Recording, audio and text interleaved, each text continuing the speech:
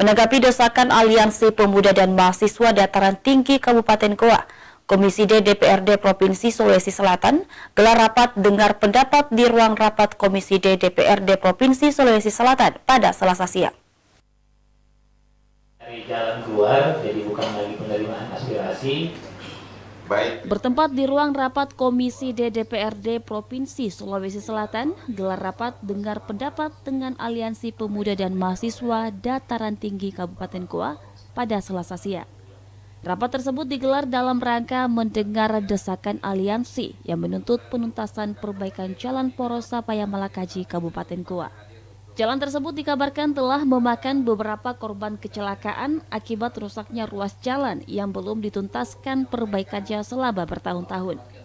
Selain dihadiri Aliansi Pemuda Mahasiswa Dataran Tinggi Kabupaten Goa, rapat tersebut juga dihadiri Dinas Pekerjaan Umum dan Tata Ruang Provinsi Sulawesi Selatan dan staf ahli pemerintah Provinsi Sulawesi Selatan.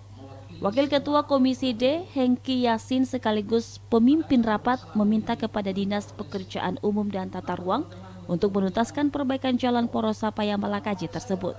Ada memang penanganan pasca bencana di salah satu ruas jalan sana, yaitu Palangga Sapaya, tetapi sifatnya penanganan pasca bencana. Sedangkan yang diharapkan oleh masyarakat dataran tinggi ini adalah bagaimana jalanan mereka, khususnya Sapaya Malakaji ini bisa diperbaiki karena sudah sekian lama tidak tersentuh oleh kegiatan peningkatan jalan atau perbaikan jalan.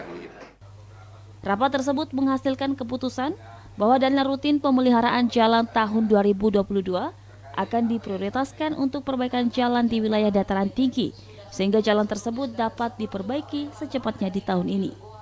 Fitri Hairunisa, Celebes TV.